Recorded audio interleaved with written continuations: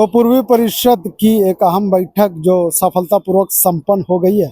इस वक्त हम तस्वीरें आपको दिखा रहे हैं सीधे रेडिएशन ब्लू से, जहां पे अमित शाह के अध्यक्षता में एक महत्वपूर्ण बैठक की जा रही थी। इस बैठक की अगर हम बात करें तो मुख्यमंत्री हेमंत सोरेन, बंगाल के उप मुख्यमंत्री, बिहार के उप मुख्यमंत्री सम्राट चौधरी और उड़ीसा के मुख्यमंत्री और उप मुख्यमंत्री शामिल हुए थे। तो ऐसे में जिस तरह से कल आपने देखा कि इस बैठक की क्या कुछ महत्वपूर्ण बात है, हम आपको बताने जा रहे हैं। क्योंकि आपने देखा था कि 15 दिनों से किस तरह से मुख्यमंत्री हेमंत सोरेन अपने पिता का इलाज कराने के लिए दिल्ली में डेरा जमाए थे। ऐसे में इस बैठक की महत्ता इसी बात से अंदाजा लगाया जा सकता है कि जिस तरह से मुख्यमंत्री हेमंत सोरेन कल रात में अचानक रांची पहुंचे, और क्योंकि इस बैठक में उन्हें भाग लेना था। तो हम वो तस्वीरें आपको सीधे तौर पर दिखा रहे हैं राजधानी रांची के रेडिएशन ब्लू होटल से, जहाँ पे महत्वपूर्ण बैठक चल रही थी। और बैठक खत्म होने के बाद कह सकते हैं कि 2 बजे लगभग ये बैठक खत्म हुई, और लगभग 2:30 बजे अचानक रेडिएशन ब्लू में एक सायरन की आवाज़ सुनाई दी। और उस सायरन के आवाज़ों में 3 चेहरे ऐसे नज़र आए जो एक महत्वपूर्ण राजनीति संदेश देता है। उस बैठक के बाद कह सकते हैं कि झारखंड के पूर्व मुख्यमंत्री रघुवर दास, पूर्व मुख्यमंत्री बाबूलाल मरांडी और बीजेपी के प्रदेश अध्यक्ष जो अभी वर्तमान में है बाबूलाल मरांडी, वो नजर आए। उसके बाद पूर्व मुख्यमंत्री चंपई सोरेन भी नजर आए, और उसके साथ अमित शाह ने लगभग 2 घंटों तक इन नेताओं के बीच में लंबी वार्ता की। लंबी वार्ता के बाद अभी बैठक खत्म हुई है। जो हम तस्वीर आपको दिखा रहे हैं कि किस तरह से बैठक खत्म होने के बाद तमाम नेता एक एक करके रेडिएशन ब्लू से बाहर निकल रहे हैं। तो चलिए हम थोड़ा सा आपको अंदर की तस्वीर हम आपको दिखाते हैं कि किस तरह से बैठक खत्म होने के बाद तमाम नेता एक एक करके बाहर निकल रहे हैं। तो निश्चित तौर पर कहा जा सकता है कि महत्वपूर्ण बैठक थी।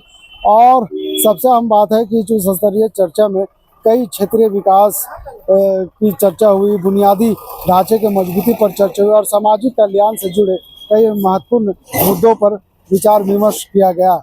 सदस्यों ने अपनी समन्वय और सहयोग को नई दिशा देने के लिए ठोस सुझाव दिए। बैठक में लिए गए निर्णय आने वाले समय में पूर्वी भारत के विकास की दिशा तय करेंगे। तो ऐसे में हम तस्वीरें आपको सीधे रेडिएशन ब्लू के अंदर से हम दिखा रहे हैं कि किस तरह से देख लीजिए, यहाँ पे महत्वपूर्ण बैठक खत्म हो गया। बैठक खत्म होने के बाद नेता जो है धीरे धीरे कर करके बाहर निकल रहे हैं। अमित शाह की बात करें तो अमित शाह लगभग उनकी गाड़ियाँ निकल गई है और एयरपोर्ट की तरफ, क्योंकि उनको दिल्ली वापस जाना। और ऐसे में सम्राट चौधरी की बात करें या बिहार की या उड़ीसा या बंगाल के तमाम ऐसे जो मुख्यमंत्री जो प्रतिनिधि आए थे इस बैठक में शामिल होने के लिए, उनकी भी गाड़ियां लगभग निकल चुकी है। अब बस कुछ जो अधिकारी हैं और जो लोग हैं उनकी गाड़ियां लगी हुई है, बस इंतजार किया जाता है। क्योंकि सुरक्षा की दृष्टि से सभी को एक एक करके कि यहाँ से वापस एयरपोर्ट भेजना है। तमाम यहाँ पे पुलिस बल के जवान और अधिकारी भी मौजूद है।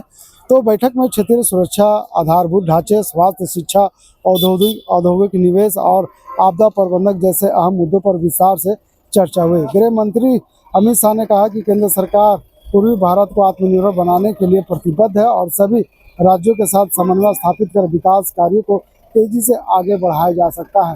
तो ऐसे में इस बैठक काफ़ी महत्वपूर्ण मानी जा रही थी, और हम वो तस्वीरें आपको सीधे तौर पर रेडिएशन ब्लू होटल से दिखा रहे हैं। तो बिहार के उप मुख्यमंत्री, उड़ीसा के मंत्री और पश्चिम बंगाल के प्रतिनिधि ने अपने अपने राज्यों के प्राथमिकताओं और जरूरतों को सामने रखा। बैठक में यह भी तय हुआ कि विकास योजनाओं के क्रियान्वयन में आने वाली बाधाओं को दूर करने के लिए विशेष कार्यबल का गठन किया जाएगा। पूर्वी परिषद की यह बैठक न सिर्फ नीति निर्धारण बल्कि राज्य केंद्र सहयोग की दिशा में एक महत्वपूर्ण कदम साबित होने जा रही है। तो काफ़ी महत्वपूर्ण बैठक चल रही थी। इस बैठक में हम तस्वीरें आपको दिखा रहे, चलिए हम दिखाते हैं कि किस तरह से इस बैठक में लोग एक एक करके बाहर निकल रहे। बैठक में झारखंड के 136,000 करोड़ रुपये का जो बकाया है उन बातों को इस बैठक में भी शामिल किया गया। इसके साथ ही झारखंड के मुख्यमंत्री हेमंत सोरेन, वित्त मंत्री राधाकृष्ण किशोर ने सरकार से केंद्र से लंबित योजनाओं की स्वीकृति और बजट रिलीज को प्राथमिकता देने की मांग रखी। इसमें सड़क, रेल, बिजली, स्वास्थ्य और खनन क्षेत्र से जुड़ी परियोजनाएं शामिल थी। ऐसे में कह सकते हैं कि गृह मंत्री ने आश्वासन दिया कि झारखंड के विकास कार्यों को जल्द गति दी जाएगी और संबंधित मंत्रालयों के साथ समन्वय बनाकर फंड जारी भी किया जा सकता है। बैठक में अभी अंदाजा लगाया जा रहा है कि राज्य की योजनाओं को निगरानी के लिए एक संयुक्त कार्यबल का गठन किया जाएगा, जो समृद्ध तरीके से प्रगति की समीक्षा भी करेगा। तो निश्चित तौर पर एक महत्वपूर्ण बैठक जो हम आपको तस्वीरों के माध्यम से दिखा रहे हैं कि किस तरह से यहाँ पे महत्वपूर्ण बैठक जारी है। तो पूर्वी क्षेत्रीय परिषद की बैठक के बाद जैसे ही केंद्रीय गृह मंत्री अमित शाह की जब यहाँ से रवानगी हुई, उसके बाद कह सकते हैं कि बिहार के उप मुख्यमंत्री सम्राट चौधरी भी बाहर निकले और सम्राट चौधरी ने बाहर निकलते ही मीडिया को बताया कि झारखंड और बिहार में पानी को लेकर के मुद्दे पे जो पिछले कई वर्षों से जो अधर में लटके थे, उस पर महत्वपूर्ण बातें हुई, चर्चा हुई और उस मुद्दे पर कहीं ना कहीं दोनों राज्यों के सरकार ने सहमति जताई है। इसके अलावा अगर हम बात करें तो बंगाल की भी जो प्रतिनिधि आई थी, बंगाल की कैबिनेट मंत्री चंद्रिमा भट्टाचार्य भी बाहर निकले और उन्होंने भी तमाम मुद्दों पर अपनी बात रखते हुए नजर आए। तो चलिए हम पहले आपको सुना देते हैं कि बैठक खत्म होने के बाद बिहार के उप मुख्यमंत्री सम्राट चौधरी और पश्चिम बंगाल की मंत्री चंद्रिमा भट्टाचार्य क्या कुछ कहते हुए नजर आ रही है। पूर्वी परिषद की जो बैठक है उसमें जो कई समस्या थे, चाहे बंगाल से जुड़ा हो, बिहार से जुड़ा हो, उड़ीसा से जुड़ा हो, सभी चीजों पे चर्चा हुई है। विशेष तौर पर आदरणीय गृह मंत्री जी को धन्यवाद देता हूं कि लंबे समय से इंद्रपुरी जलाशय का मामला था, उसको भी सॉर्ट आउट करने का काम किया उन्होंने कि 775 MAF पानी डिस्चार्ज होता है, उसमें से लगभग 5.75 बिहार को मिलेगा और 2.0 MAF झारखंड को देने का निर्णय लिया गया है।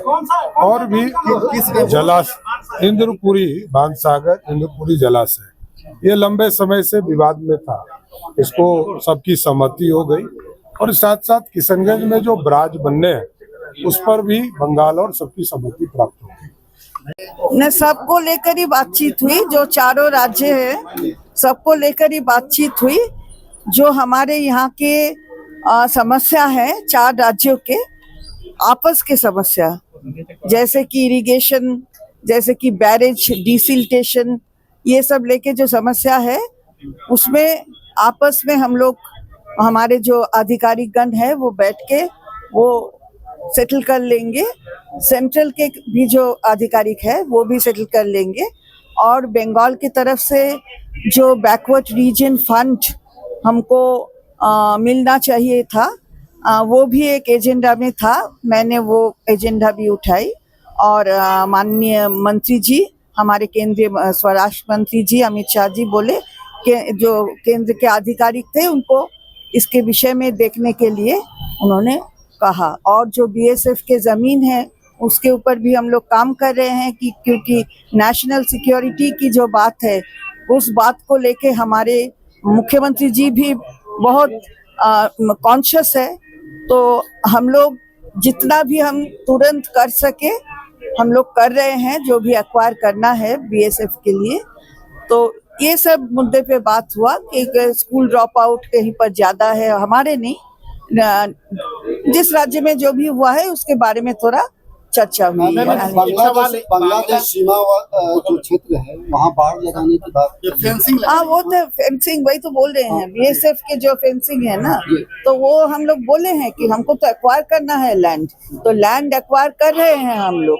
तो बहुत सारे जगह ऐसा है कि कंजेस्टेड एरिया है, हम तो जाके ऐसे ही उसको उठा नहीं पाएंगे ना, तो हमको थोड़ा समय देना है। और जो जितना चाहा था बीएसएफ को जितना मांग उनका था उससे उन्होंने मांग अभी घटा है, तो उसमें हम देख रहे हैं कि क्या जल्दी से हम कर पा रहे हैं, हम कर रहे हैं। एक सवाल है झारखंड सरकार का पश्चिम बंगाल के साथ मसानजोर डैम को लेकर विवाद चल रहा है। कोई विवाद नहीं है, विवाद क्या है ये तो, हाँ वो है, तो वो बैठ के सुलझाना है, ये हमारे मंत्री जी ने सबको बोला है। ये झारखंड और पश्चिम बंगाल झारखंड पश्चिम बंगाल की हो या पश्चिम बंगाल और बिहार की हो या उड़ीसा की हो, सब बैठ के सब संभाल लेंगे, यही उनका निर्देश है। पश्चिम बंगाल गवर्नमेंट फेंसिंग लगाने के लिए बांग्लादेश बॉर्डर, मैंने बोला है, फिर दोबारा ये बात बोलने का कुछ नहीं है, मैंने बोला है टाइम फ्रेम किसी के बारे में नहीं हुआ क्योंकि इसका टाइम फ्रेम हो नहीं सकता है। अगली बैठक का कुछ तय हुआ? अगली बैठक जो 28 मीटिंग होगा, वो आज ही फिक्स हुआ है कि वो पुरी में होगा, क्योंकि उड़ीसा में होना है और उसके बाद फिर हमारे स्टेट में होगा, बंगाल में 29। नहीं, डेट कुछ नहीं। दोनों नेताओं की बातों को सुना कि किस तरह से बैठक खत्म होने के बाद अंदर गृह मंत्री अमित शाह के नेतृत्व में जब पूरी परिषद की बैठक चल रही थी तो तमाम प्रदेशों से जो प्रतिनिधि आए हुए थे, चाहे मुख्यमंत्री हो, मंत्री हो, उप मुख्यमंत्री हो, तमाम जिस बैठक में भाग लिया उन्होंने अपने अपने राज्यों की समस्या गृह मंत्री अमित शाह के समक्ष रखा और राज्यों के बीच में जो भी भिन्नताएं थी उसको समाप्त करने की पहल की गई। तो ऐसे में पूर्वी परिषद की बैठक काफ़ी महत्वपूर्ण माना जा रहा है। झारखंड के लिए, बिहार के लिए, बंगाल के लिए, उड़ीसा के लिए, तमाम 4 ऐसे राज्य जो पूर्वी क्षेत्रों में आते हैं, तमाम राज्यों के लिए काफ़ी महत्वपूर्ण माना जा रहा है। और इसी बैठक के दौरान एक महत्वपूर्ण बात ये भी छन करके आई कि अगले महीने एक बार फिर से 28वीं जो पूर्वी परिषद की बैठक होना है वो भुवनेश्वर में होना, उड़ीसा में होना है। उसका अभी फिलहाल तारीख तय नहीं की गई, लेकिन इतना कहा जा सकता है कि आज की बैठक राज्य के लिए, तमाम 4 राज्यों के लिए काफ़ी महत्वपूर्ण था। इस महत्वपूर्ण बैठक में तमाम प्रतिनिधि शामिल हुए थे और ऐसे में उम्मीद किया जा सकता है कि आने वाले दिनों में ये 4 राज्यों में जो मामले अटके थे, उन राज्यों की समस्याएं जो थी उस पर कहीं ना कहीं समाधान निकाल लिया जाएगा।